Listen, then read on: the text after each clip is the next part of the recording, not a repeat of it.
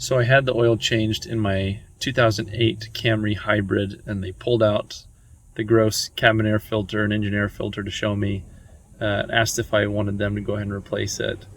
I was angry though because the oil change was already over 80 bucks. I was like, nope, I'm gonna change it myself. So if you're in the same boat, I'm gonna show you today how to do that. We'll do the cabin air filter on this video and then the engine air filter on another video that I'll link below. Okay, so the cabin air filter is right inside the glove compartment. So there is this little, I don't even know what to call it. This little thing we got to detach here. And then this, the only way to do this is you got to kind of just bend the drawer, the glove compartment thing until you can get it out of this, because it's in this little groove here. So I don't have a perfect answer for you how to do it, but we just need to get it out of there so we can get the thing to drop down even further, because the air filter is right back here. So I got these out on both sides so that now dropped out of the way. And then if we open this, there's a little tab on this side and another one on that side. So I'll probably need both hands to do it. Here we go. So there is the air filter.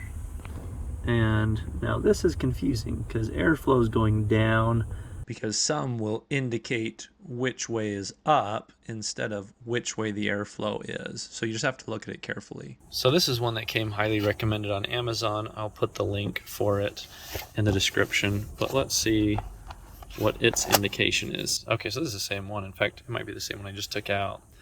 So the airflow is going from top to bottom. It's getting sucked in from the front of the car and then passing through here and then coming out the air conditioner. And so airflow arrow is going to point down.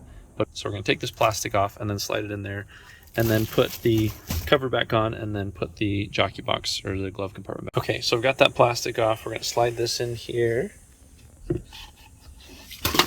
Another way you can tell that the airflow is that way is that where were all the leaves when I took the old one out. The leaves were all on the top. Okay, I got this the right way up, yeah. And then this thing we're gonna have to kind of convince to go back in there. What seemed to work for me is I pushed on this back part and that kind of, oh yeah, much easier to get back in. And then we'll reattach this, there we go. Reattach this guy so that it doesn't open quite so quickly. And we're done, that's all there is to it.